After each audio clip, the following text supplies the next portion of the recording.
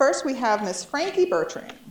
And Frankie grew up in Opelousas, and where she still resides. She served as the president and CEO of the St. Landry Parish Chamber of Commerce, where she for 26 years.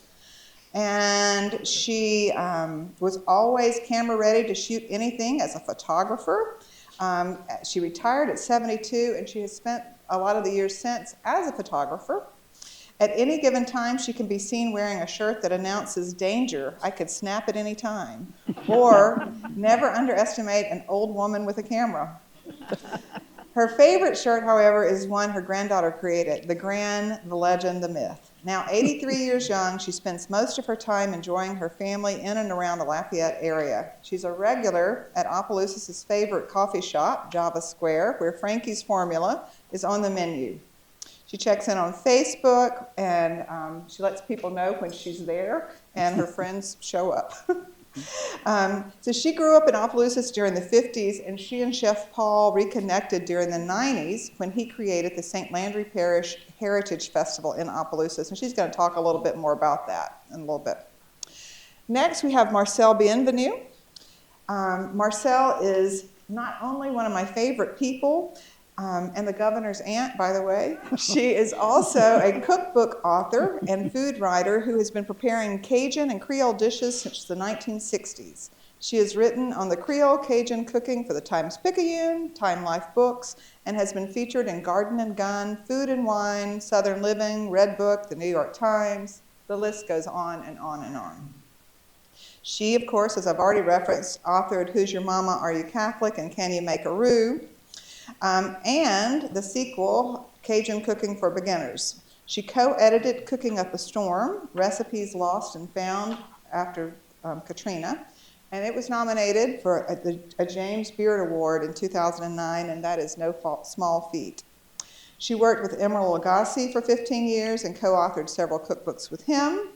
She owned and operated a restaurant, Chez Marcelle, near Lafayette, and has worked in several others, including Commander's Palace and K. Paul's Kitchen in New Orleans. She's a graduate of USL, now University of Lafayette in Louisiana, and was an instructor at the Chef John Folse Culinary Institute at Nicholls State University for 11 years. She lives on the Bayou Teche. I have been fortunate enough to be with her in her home and kitchen, and cook with her in her kitchen even, in St. Martinville with her sweet husband, Rock. So welcome, you two, and if you guys would come up and have a seat up here. So, Marcelle and Frankie, thank you so much for driving in for this big event. We really appreciate it. And if you're comfortable holding the mics when you talk, that would be great so everyone could hear you. Okay, so, I'm fine with it. Here we go. It's heavier than you'd think, and it might need to be turned on, but I trust that that would work out well. Okay. Okay. So when people say Paul Prudhomme changed the way the world saw Louisiana cooking, what does that mean to each of you personally? And I'll let Marcelle go first. How do you think that he changed the way the world saw Louisiana cooking? Well, I think we've discussed this. I never knew... I'm old too, but when we sat down for dinner, we never said, "Oh, we're having Cajun food." You know, when you went to New Orleans, we never said, "Oh, we're having Creole food." We knew whatever we were eating was very good. And my story about Chef Paul was, I was working at Commander's when they decided to hire him there, and he came to fix a couple of dishes for the Brennans, and he fixed his pirogue out of a merlaton that he fried, that he filled with fried shrimp, fried oysters, and it had a béarnaise sauce with tasso. And I went, my mama never fixed me that.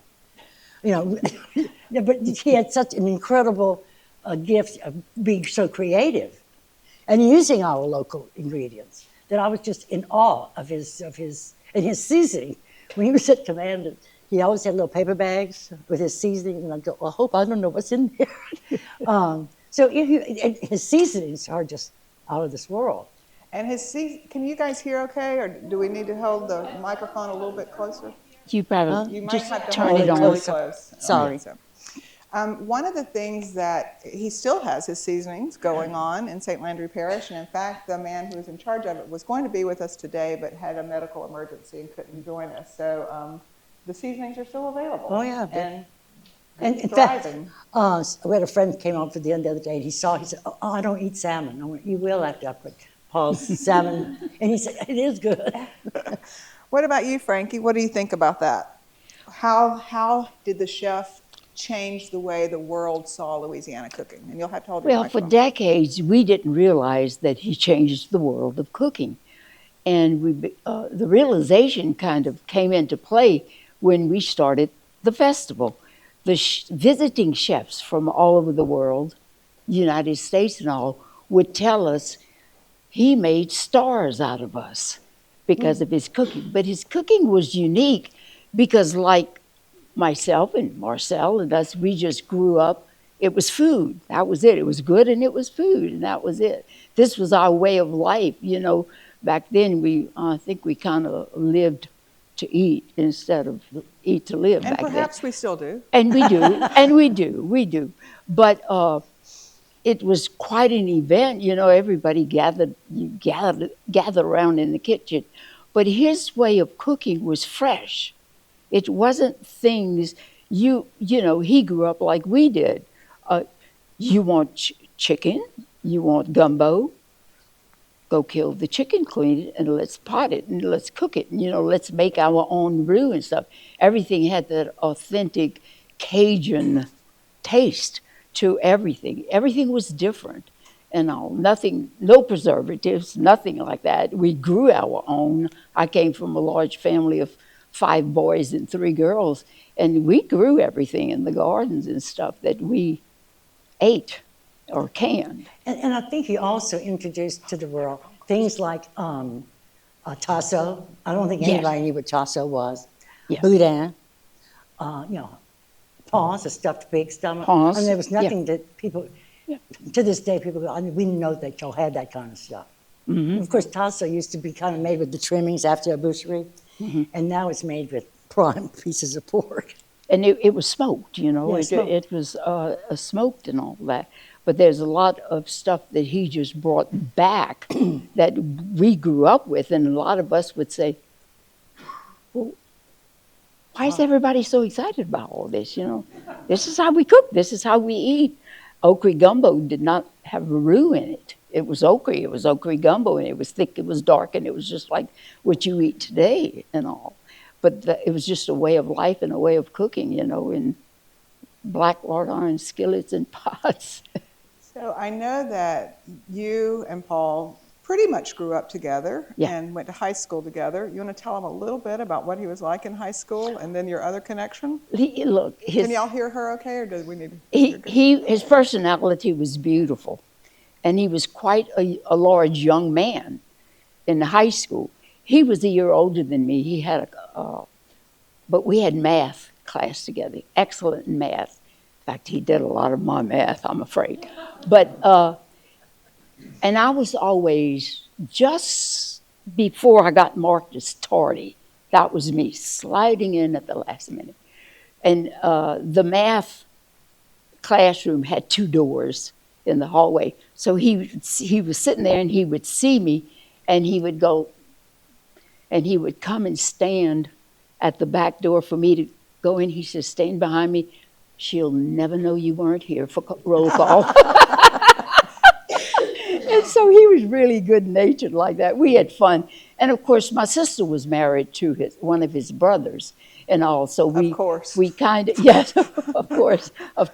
And but his mom and dad were just wonderful people. His dad loved to go fishing.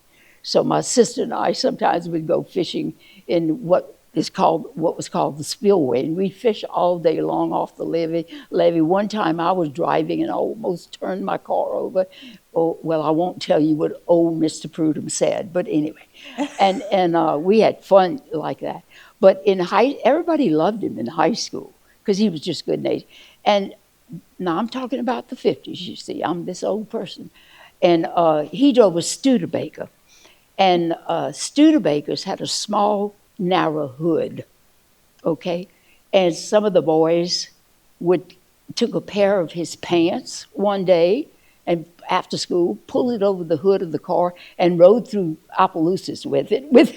And he laughed about it. He thought it was very funny. But that's how we got in trouble back then, in the 50s and all. Pants on hoods and stuff. Yeah, that being tardy, late for class or something like that and all. But it was fun growing up as a whole, in small cities. And we thought we were in a big metropolis. Who knew, Opelousas, what were we, maybe 16,000 or 18,000 back then. But it was a bustling little city, and the Prudhommes were very, very well known because they were such wonderful, caring, community-minded people, And they had a grocery store. I remember that. And I remember going there, and all of his brothers and sisters were there, very, very large family and all. How many brothers and sisters did he have? I think there were 12 children. He was the youngest. He was the youngest. And there's always a couple of siblings that are closer than some of the others.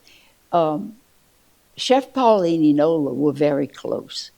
They were closer than most of the others, but the ages of these children had quite a span between them. But he and Enola were quite close and all. And she was a lot of fun too. They were just a fun family, to be around. It was always cooking and whatever. Everything was a party and all. So, Marcelle, what about you in terms of your personal relationship with him? Oh, I met him. I was working at Commanders, but he was working, in the French Quarter. And I lived on Conti when I moved to, anyway, it doesn't matter. I met him coming out of the restaurant in French Quarter, and I went, what a big guy. And I said, I want to know who he is, because he did have a chef, and I said, I don't know. So we introduced ourselves, and we chatted, and I was from St. Martinville. He said, no. So we became friends like that. But when the Brennans said that they were thinking of hiring him, I went, oh, I don't know. Because they always had European trained chefs at their restaurants. And but anyway, he came a couple of times and he cooked for us. And of course, we had the black and red fish, which my mother said, I think it's burned. But of course, we outfished the redfish in the Gulf.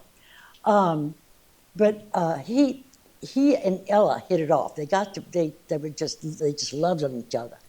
And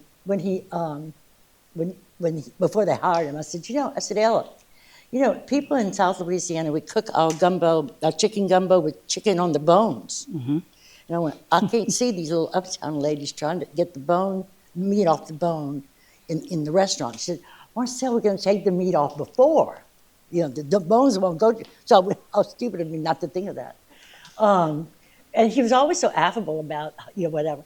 And I was curious to see how they would marry the Cajun to a Creole, very Creole restaurant. Yeah. And of course, it was fabulous. I mean, he rocked the whole world.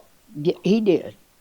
He appeared, he went to Japan. They loved him over there. In Japan? Yes, they traveled. And I remember when he was telling me about it, he says, I could have been one of those sumo wrestlers. I look like them. He says, I look like them. He says, I could have been. He was just funny. He was very funny and all. But he was a big draw for us. And, if a lot of you probably ate at K. Paul's, and the duck and the skin and whatever. Well, that was an old tradition. When we did fresh chicken or duck or anything, we grew all of that. Well, the skin, a lot of times Mama would skin, all of the moms did, and it was cooked down, and everything was cooked in that. And that's where that Cajun cooking and that flavor that you can get nowhere else comes from. Nothing was wasted, everything was used. So everything was cooked down, the chicken fat and everything was cooked down. And then you continued, putting your seasoned meat in it and building up the gravies and all of that. Because when I lived out of state, we were in the military, and they would say, well, I don't understand. How can you take a chicken? I said, well, it's not the chickens you get up here in Colorado Springs, honey. But anyway, and how do you make, this brown gravy and all, But because it was quite a mystery to most people how we could make these brown gravies without whatever, roux or adding things to it. That was the trick. It was just like cooking pork. We knew to make a nice reddish light gravy, pork chops or pork steaks and stuff, well, a couple of teaspoons of vinegar, and it'll turn it nice and red and thick and sticky. You know, I mean, that was just a way of life. When I look back and see what, my father was the Boy Scout leader and cooked a lot on a wood fire outdoors. And I was fascinated by that. And so I was always at his elbow. I was also the holder of his beer. You were always at the Boy Scout meetings for that, Marcelle? Were you at the Boy Scout meetings? No, but I wanted to be a Boy Scout. But I learned as much as they did. I tell a quick story. My brother, we lived in the country, surrounded by sugarcane fields, and my mother would say, take your sister with you, you know. Well, one day we all in the sugarcane fields, and the boys that he went around with were all Boy Scouts. So they said, let's practice our Boy Scout knots. And they tied me up, and they forgot where they left me. So later on, they said, well, where's Marcelle? I don't know, she's in the field somewhere. Well, they had to call the sheriff's department to come with searchlights because they had tied me up and they couldn't remember where I was. But anyway, but I was very enamored by watching my daddy cook on a wood fire. I said, well, how do you get medium low? Well, you have to move the pot. And I was just absolutely fascinated by that. And he cooked a lot of our meals, not only at the camp, but at our house. And still, in fact, my brother was laughing. We still have the place where he had his fire and he had the little thing. And, you know, when you think about it, it was very simple. And I think that because it was so simple, it was, you know, what we had, that's what made it so intriguing. Now, how can something taste so good when it's only chicken fat or something? Yeah. So he was incredibly creative using the techniques and the ingredients that were available for us. And he was. And this was the key to his cuisine becoming so famous, was that everything was fresh that we cooked, you know. Mm-hmm. Very well, of course, you know, gardening and stuff. You did the corn, and we had the 15-foot freezers and 24-foot freezers and all this. But we raised everything that went in there. We grew everything that went in there, and it was quite a process putting all of that up for all of us kids. But somehow he took that. He took that, and he translated that. That's exactly why it was different. Why his cuisine was so different and everything. And one thing about the chef, he was always himself. He was always, his name was Gene Prudhomme, no matter where or what he did in the world. So did he go by Gene when he was in high school? In high school, yes. We knew him as Gene. We knew him as Gene and stuff. And here's another little story about him. His mom, because he was such a heavy young man, his mom, the first time I visited his house with my sister, she said, come see. Let me show you where he sleeps. I said, well, okay. Well, there were the 5-gallon syrup cans, you know, that whatever syrup used to come in and all that. They were filled with cement, and that's what supported his bed, because he was so large. That's what supported his bed and stuff. When he was growing? When he was growing up. When he was still living at home. Yes, when he was still living at home. Exactly. I mean, there's a whole mothering lesson to how did he maintain such a positive attitude? Because that's just how we were. Everything, you know. We need to translate We didn't know we were different or poor, you know. We thought everyone was like that. Yeah. But but their house, you just felt the tight family ties and everything else when you were there, when you were visiting with any of the Prudhommes, really. And they stayed very close. That is a family that stayed close for as long as I knew them and remember them. You know, that mom and dad really held that family together. His mom was very, very short. And his dad was a very short person. I don't think there's any tall Prudhommes at all. And he wasn't much taller than I am. And but they would just, and his mother had a beautiful smile on her face. He's a lot like his mom. he's like his mom, and her maiden name was Ledoux, and she'd get into that kitchen, and Paul was in the kitchen with her all of the time. He was standing on something when he was real young. He just grew up at his mama's side, you know, Well, cooking. he was known for his warmth and generosity, but also for being exacting in the kitchen. Marcelle, do you have any kind of a... My microphone's not working? Okay.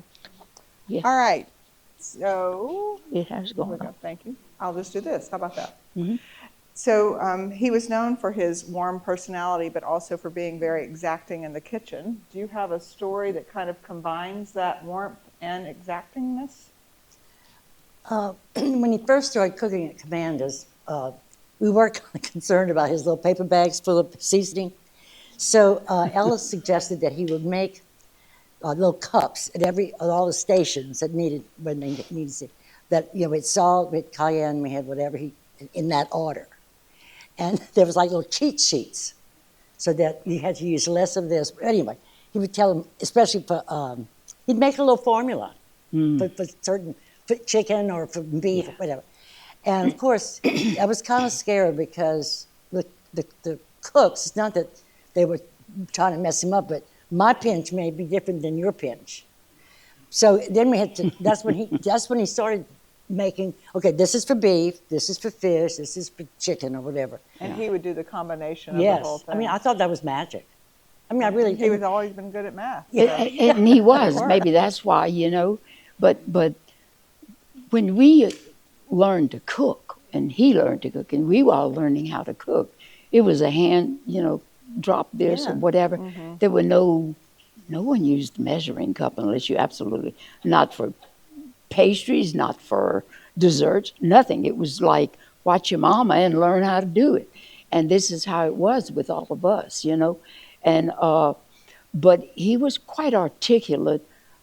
We realized that more during the Heritage Festival with all of the visiting chefs and all. But that was one thing that I later learned about him, you know, and stuff. So his mom could have very well been that way.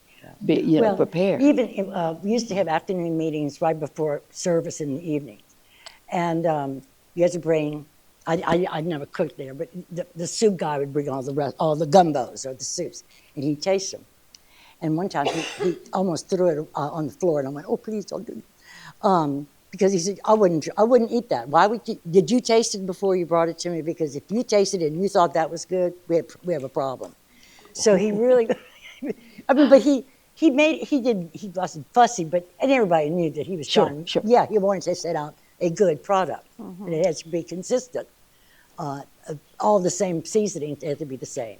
So he was very, very precise about that. Very much. So I have a lot of other questions here, but I thought maybe I would. Is this working okay now?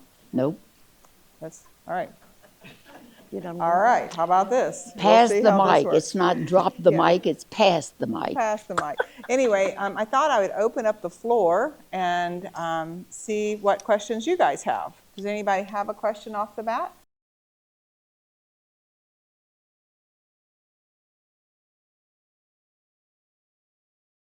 He said Prudhomme. Mm-hmm. Really? Everybody grew up saying Prudhomme.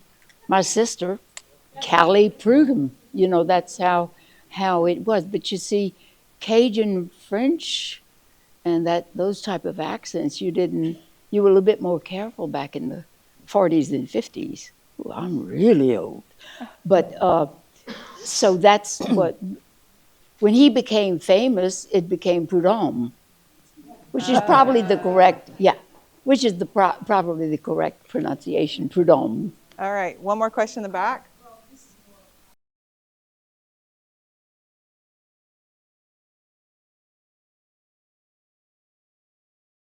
That might be the interstate thing. Seriously. Yeah. Mm-hmm. That's so interesting. Speaking of jambalaya, when growing up, the best jambalaya, I don't remember any other jambalaya except with short ribs, beef ribs. Yeah. Short ribs. You could buy them in any butcher shop or anything. But that's what jambalaya, and it was brown, and that's what Mama made jambalaya with, and Chef Paul's mom and everything too. But it was short ribs. It's hard to find short ribs now. It's very hard. But that was always chicken jambalaya. Didn't hear about it. There we go. We've heard it here. Okay. Well, we will wrap up, but I invite you to come and chat with Marcelle and Frankie. And John over here from Cavalier has the books. And again, Mary, we are so grateful for all that the library offers in this beautiful meeting space. And I'm also really grateful to each one of you. I don't know if you did revisit the book and maybe revisit some of the recipes that came from this, I'll call it a revolutionary cookbook. But it really was fun to... Yeah, I mean, I took my old copy out because it looked like I drowned it in a bowl, in a pot of gumbo. It's so dirty. I mean, not dirty, but anyway. But you know, I was working for Paul when they were working on that book. And I remember going, oh, it looks so long. But of course, all of them was his seasoning mixes. You know, you take that away, there was only 4 other ingredients. So somebody said, well, it's too many ingredients. And I said, well, just go buy the seasoning mix. One more question for you. Do you have a favorite recipe from this cookbook? From Paul's? Well, didn't he have the Bertrand with the... I'll check. Well, he may have also used an eggplant at one time. Yeah. I mean, I thought that was fascinating. A little pirogue made out of a Bertrand, filled with fried shrimp and oysters, with a béarnaise sauce flavor with tasso. I never had that at my house. But you know, that was his creativity, and but of course, there's these little pockets around Louisiana.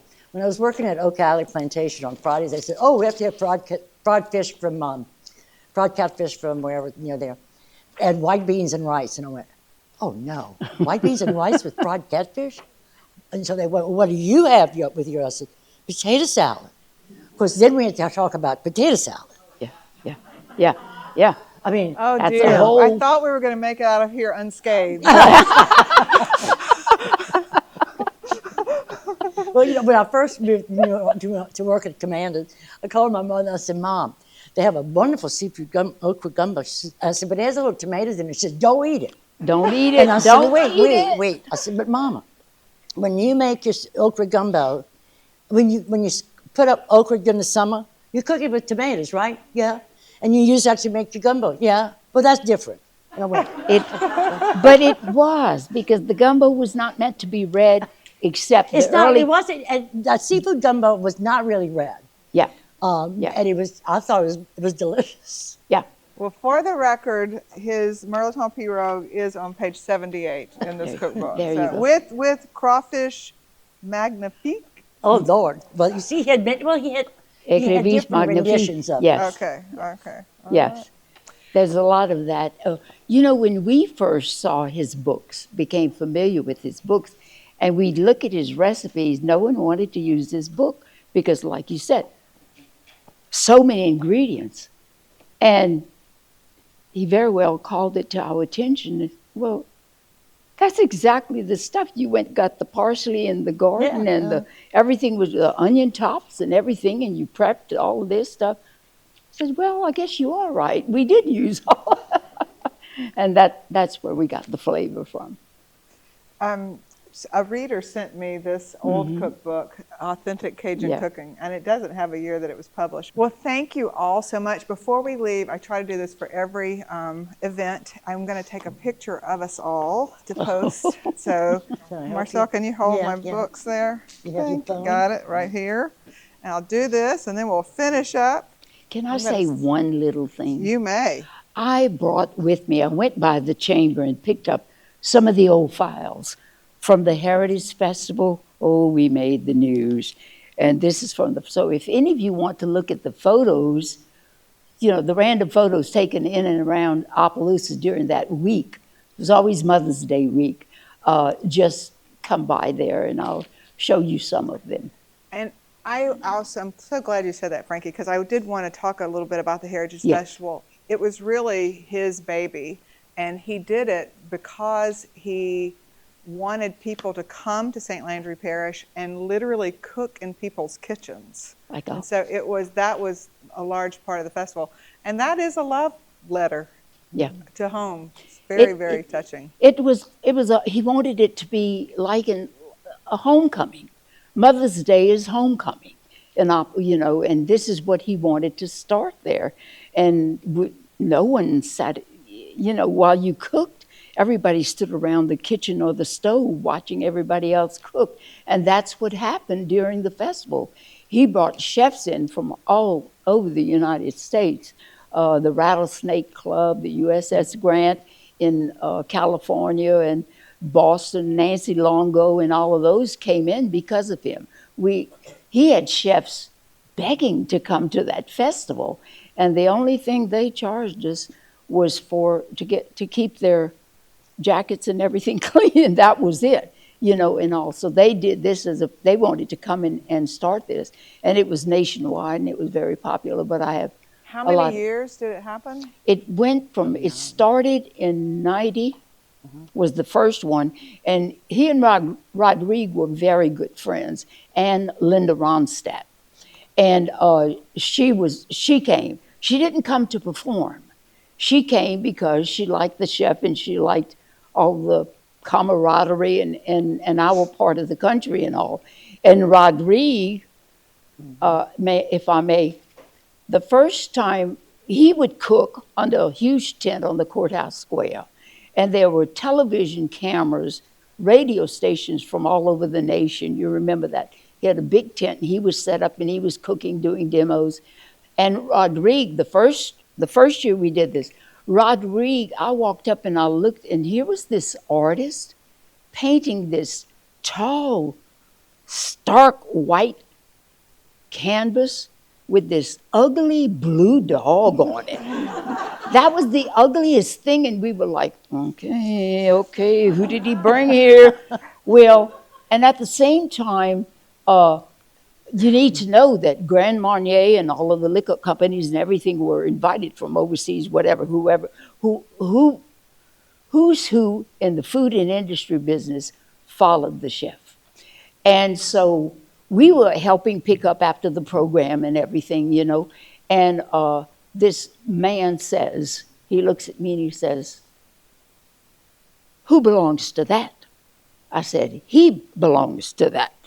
And that was the blue dog on a big, tall, 6-foot-high canvas. And he says, "I want to buy it." Well, that's how it got on the vodka bottle. It happened on the courthouse square in Opelousas. Yes. And he was with a liquor company and bought it, right? He purchased it. I think it was a few thousand, 10,000, something like that. He says, "I want that." And I said, go talk to him. So that was a fun part of the festival. Well, thank you all. We also have bread pudding that we've opened up. We hope that you guys will enjoy this food, and I'm just really grateful. And we will be announcing our next Louisiana-inspired book. We try to do one a quarter, and this is the first time we've done a cookbook, and I really think it was a lot of fun. And I hope that you guys enjoyed that, and really thank you, Frankie, and thank you, Marcelle. And wait, there's more. Yes. We have gifts.